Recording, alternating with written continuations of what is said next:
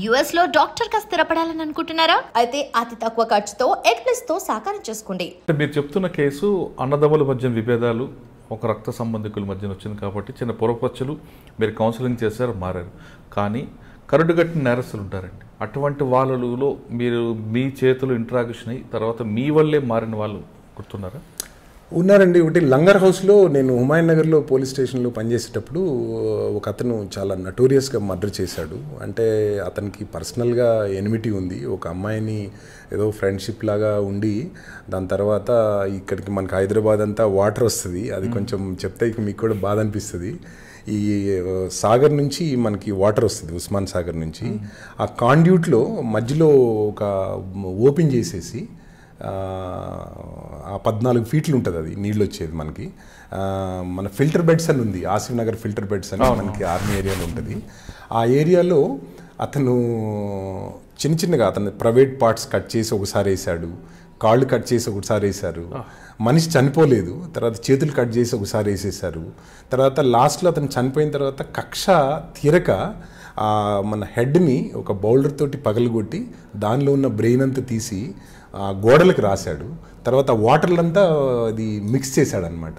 దాని తర్వాత దాన్ని ఇక మీకు తెలుసు కదా, ఇంపార్టెంట్ కేసు అనే వరకు నాకే చెప్పారు అక్కడ.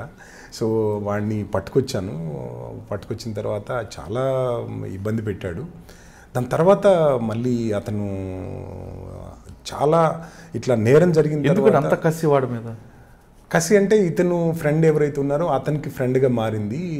ఆమె దగ్గరికి ఇతను వెళ్లకుండా ఉండాలి, అతన్ని ఇట్లా చేయాలని చాలా దారుణంగా దాన్ని మళ్ళీ ఆ డెడ్ బాడీని తీయటానికి కూడా ఈ ఫ్లష్ అంతా మిక్స్ అయిపోయి వాటర్లో ఆ ఫిల్టర్ బెడ్స్లో అది మన జల్లెడు ఉంటుంది, ఆ జల్లెడు మీద ఉంటే ఒక్కొక్క బోన్ని అట్లా చేసి మేము ఒక బాడీని తయారు చేయాల్సి వచ్చింది అది.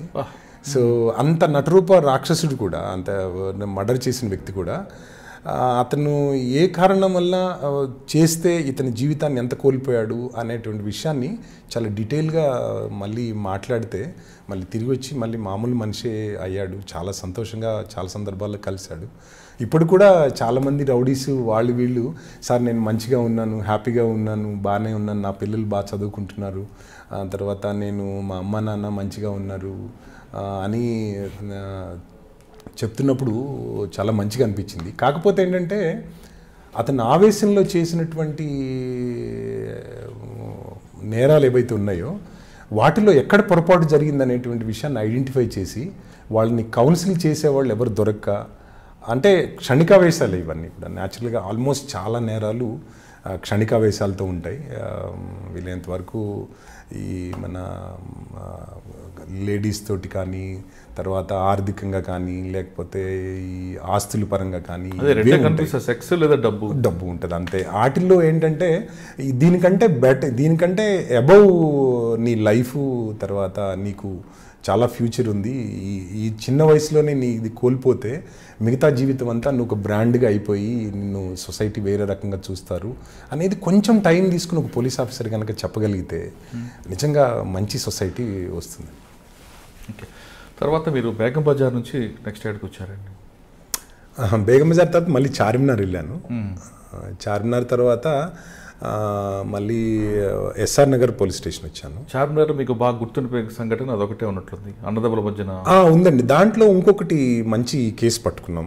అంటే కానిస్టేబుల్స్ కింద ఆఫీసర్ని మోటివేట్ చేయటం కారణంగా ఎన్ని కేసులు మనం పరిష్కరించవచ్చు అనేది ఒక ఛాలెంజ్గా తీసుకున్నాము. ఇట్లానే ఒక కేసు, మర్డర్ కేసులో అక్యూజ్డ్ దొరకట్లేదని 30 సంవత్సరాల నుంచి పెండింగ్ ఉంది.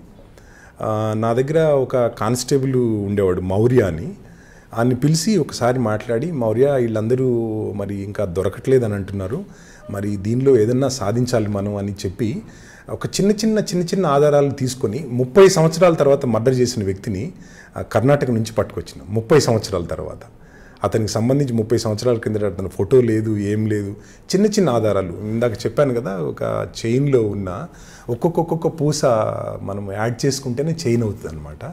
అంటే కొంతమంది ఏంటంటే కొంత జర్నీ వెళ్ళిన తర్వాత కొంచెం నిరుత్సాహపడతారు, తర్వాత పై అధికారులు కూడా ఇంత టైం పడుతుందని చెప్పేసి అని కొంచెం ఇబ్బంది కలుగుతుంది అనమాట. ఇదంతా కూడా పై అధికారులు మాకు పేషెన్స్ తోటి మమ్మల్ని వీళ్ళు సాధిస్తారు అనే నమ్మకం వాళ్ళకు ఉండబట్టే మాకు అంత టైం. సార్, మీరు చెప్పిన చార్మినార్ కేసులో సార్ లీడ్ చెప్పండి. 30 సంవత్సరాల అతను ఒక అంటే మన మహబూబ్కి మెహందీ అని ఉండేది, ఆ గల్లీలో ఉండేవాడు అతను. ఏదో కొంచెం దీంట్లో ఒక లేడీని చంపేశాడు. చంపేసిన తర్వాత అక్కడి నుంచి ఇల్లు ఖాళీ చేసి వెళ్ళిపోయారు. దాని తర్వాత అరెస్ట్ కూడా కాలేదు, ఎక్కడ ఏమైందో కూడా తెలియలేదు. దాని తర్వాత చిన్నగా అసలు అప్పుడు ఎవరు ఉండేవాళ్ళు, ఆ పెద్ద మనుషులు ఎవరైతే ఉన్నారో ఆ చుట్టుపక్కల ఉన్న వాళ్ళ దగ్గరికి, పెద్దవాళ్ళ దగ్గరికి వెళ్ళి మాట్లాడేవాడిని. మాట్లాడినప్పుడు ఆ రోజు ఇక్కడ ఉండేవాడు ఆయన, ఆ పిల్లలు ఇంతమంది, ఆయనకి ఇంతమంది పిల్లలు అని చెప్పేవాళ్ళు అనమాట. అప్పుడు కూడా మీరు మారువేషం లేని డైరెక్ట్గానే పోలీస్ అని తెలిసి వాళ్ళకి కాస్త ఓల్డ్ ఏజ్ ఉన్న వాళ్ళ దగ్గరికి వెళ్ళేవాడిని అనమాట. ఎక్కువ వాళ్ళకి పాపం వాళ్ళని పిల్లలు సరిగ్గా చూడకపోవడం ఇట్లాంటివి ఉండే వాళ్ళలో టైం ఉన్నప్పుడల్లా వాళ్ళ దగ్గరికి వెళ్ళి మాట్లాడి, నేను మీ పిల్లోడినే, మీకు ఏమైనా అవసరం ఉంటే నాకు ఇబ్బంది లేకుండా కాల్ చేయండి, ఏ అవసరం ఉన్నా నేను వస్తాను, లేకపోతే మా వాళ్ళు అందరూ పోలీసు వాళ్ళు ఉన్నారు, మీకోసం మేము ఉన్నాం కాబట్టి ఏదన్నా అవసరం ఉంటే మాత్రం చెప్పండి అని చెప్పేవాడిని.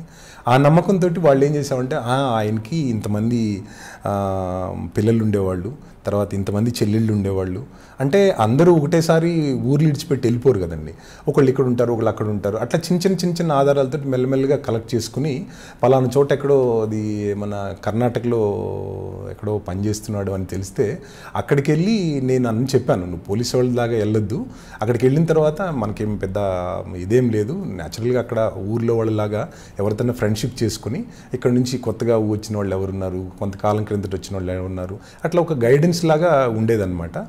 వాళ్ళని కూడా తొందర పెట్టేవాళ్ళం కాదు, అప్పుడప్పుడు ఫోన్ చేసి మాట్లాడుకుంటూ వాళ్ళు ఇన్ఫర్మేషన్ ఏదైనా వస్తే దాన్ని ఫర్దర్గా ఏం చేయాలనేది గైడెన్స్ చేసుకుంటూ ఉండేవాళ్ళం అనమాట.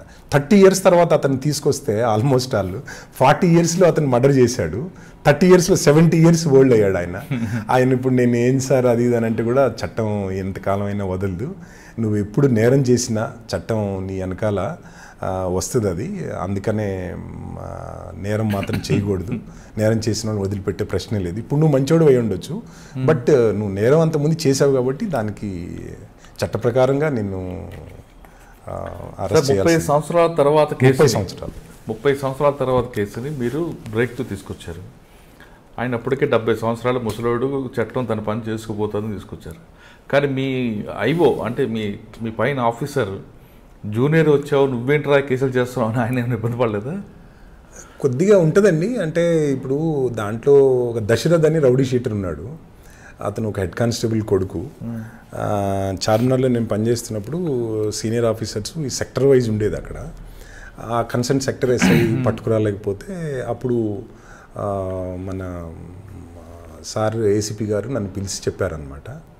చెప్తే వాడిని పట్టుకోవడానికి వెళ్ళేటప్పుడు కొంచెం ప్రమాదం అని తెలుసు, అతను కొంచెం ఎప్పుడు వెపన్స్ తోటి ఉంటాడు, తర్వాత ఇదన్నీ ఉండదని తెలిసి ఇంకా అతన్ని కొంచెం డిఫరెంట్గా ప్లాన్ చేసాం. ప్లాన్ చేస్తే ఒకసారి ప్లాన్ చేసినప్పుడు మేము ఇంటి చుట్టూరు ఉన్నాము, ఆ టిన్ షీటు పగలగొట్టేసి పైనుంచి దూకి వెళ్ళిపోయాడు. ఓకే, అదొక లెసన్ అయింది మాకు. దాని తర్వాత అతని మీద కొంచెం నాకు కూడా సీరియస్నెస్ అనిపించింది, ఎప్పుడు ఫెయిల్ కాకూడదు అట్లా అయితే కోర్స్ బట్ ఒక చోట ఫెయిల్ అయ్యడం మనిషే కాబట్టి ఎక్కడో చోట తిరుగుతుంటాడని హైదరాబాద్లో అంటే మన చార్మినార్ ఏరియాలో అగర్వాల్ స్కూల్ అని ఒకటి ఉంది. ఓకే, అగర్వాల్ స్కూల్ దగ్గర పానీపూరి తినడానికి వస్తాడని కొద్దిగా అప్పుడప్పుడు ఇన్ఫర్మేషన్ ఉండేది. కొద్దిగా అక్కడ వాచ్ పెట్టుకుని కూర్చున్నాం అనమాట. అతని దగ్గర ఎప్పుడు వెపన్ ఉంటుంది, అంటే కత్తి లాంటిది అది పెట్టుకుని ఉంటాడు, అటాక్ కూడా చేస్తాడు, కొంచెం నటురేసే. అతను పానీపూరి ఇట్లా తీసుకొని ఇట్లా వంగి ఇట్లా నోట్లో పెట్టుకునేటప్పుడు కొద్దిగా దృష్టి ఎవరి మీద ఉండదు, వాచ్లో ఉండడు కదా అనే ఉద్దేశంతో పానీపూరి ఇట్లా తింటున్నప్పుడు అతని మీద వెళ్ళి ఓవర్ పవర్ చేసేసి అతను చెయ్యి కూడా పెట్టుకుని వెపన్ తీసుకోకుండా అతన్ని హ్యాండిల్ చేసి పట్టుకున్నాం. అతని దగ్గర నుంచి అప్పుడు 2 నైఫ్లు దొరికినాయి, తీసుకొచ్చి అరెస్ట్ చేసాం. అప్పుడు అది కొద్దిగా అంటే దానివల్ల ప్రొఫెషనల్ జెల్సీ రాలేదా? న్యాచురల్గా పెట్టుకుంటారు వాళ్ళు, అంటే ప్రొఫెషనల్ జెల్సీ పెట్టుకుంటారు, కానీ మన సిస్టమ్ గొప్పది. ఇప్పుడు నేను ఒక పని చేయలేకపోయాను అనుకోండి, అట్లని మనము కంప్లైంట్కి కానీ లేకపోతే చట్టానికి కానీ నేరస్తుని వదిలేస్తే కుదరదు. కాబట్టి నేను లేకపోతే నాకంటే ఇంకొకళ్ళని చెప్పి మన సీనియర్ ఆఫీసర్లు పని చేయిస్తారు. వాళ్ళు నారాజు అవుతారని నేనేం అప్పుడు ఫీల్ కాలేదు, వాళ్ళు చేయలేకపోయినా నేను చేయలేకపోయినా ఇంకోళ్ళు చేస్తారని స్పోర్టివ్నెస్తో ఉండేవాళ్ళం అనమాట. అంటే మీరు ఒక లాజిక్ చూశారు కదా, పానీపూరి తినేటప్పుడు పూరి మీద దృష్టి ఉంటుంది కానీ చుట్టుపక్కల ఉండదు. అంటే బాగా అలర్ట్గా ఉండేవాడు అతను, బాగా అలర్ట్గా ఉండే. ఎందుకంటే పోలీసులు ఆల్రెడీ దెబ్బతిన్నాడు, పోలీసు వెంటాడుతున్నారని తెలుసు, నన్ను పట్టుకోవడానికి ఎప్పుడు వస్తారని కూడా తెలుసు అతనికి. ఒక్కడే వచ్చాడు ఆ రోజు కూడా. అంటే అతను ఏం చేసేవాడు అంటే అండి, చాలా టూ మచ్గా చేసేవాడు. అగర్వాల్స్ లేడీస్ వాళ్ళందరినీ కూడా బాగా థ్రెటన్ చేసి, ఎవరు కూడా లేడీస్ కంప్లైంట్ కూడా ఇచ్చేవాళ్ళు కాదు. కొంచెం నేను రేప్ చేస్తాను, అది చేస్తాను, మీ ఆయన చంపేస్తాను, మీరు డబ్బులు ఇవ్వకపోతే అది చేస్తాను, ఇది చేస్తాను అనేవాడు అనమాట. దశరథ్ అతని పేరు. దాని తర్వాత ఇప్పుడు మళ్ళీ షిఫ్ట్ అయ్యి పానీపూరి బండి దగ్గరికి ఒక్కడే వచ్చాడు, ఇంకెవరు లేరా? ఇంకెవరు లేరు, ఒక్కడే వచ్చాడు. పూరి కోసం వచ్చాడు, పూరి కోసం వచ్చాడు. అట్లా తలకాయ అట్లా ఉంచుకున్నాడు. అంటే కామన్ సెన్స్ అది న్యాచురల్గా. ఇప్పుడు ఏంటంటే ఎదుటి వ్యక్తిని మనము ఆర్మ్స్తో ఉంటాడు, అతనికేమో మనం శత్రువులం కాదు.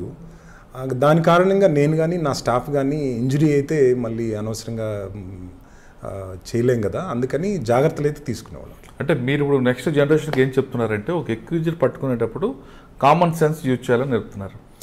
అంటే ఆఫీసర్స్ ప్రతి పిన్ పాయింట్గా ఇది చేయాలి అది చేయాలని ఎక్కడ కూడా చెప్పరండి. మామూలుగా ఏంటంటే సిఆర్పిసి తర్వాత రూల్ పొజిషన్ ఏదైతే ఉంటుందో దాని ప్రకారమే పోవాలి. బట్ అక్కడికి వెళ్ళిన తర్వాత ఏం చేయాలనేది మాత్రం ఇండివిజువల్గా వాళ్ళు ప్లాన్ చేసుకోవాల్సిందే తప్ప సిచ్యువేషన్ బట్టి డెఫినెట్గా యాక్ట్ చేయాలి. రిజల్ట్స్ బాగుంటాయి అన్నమాట.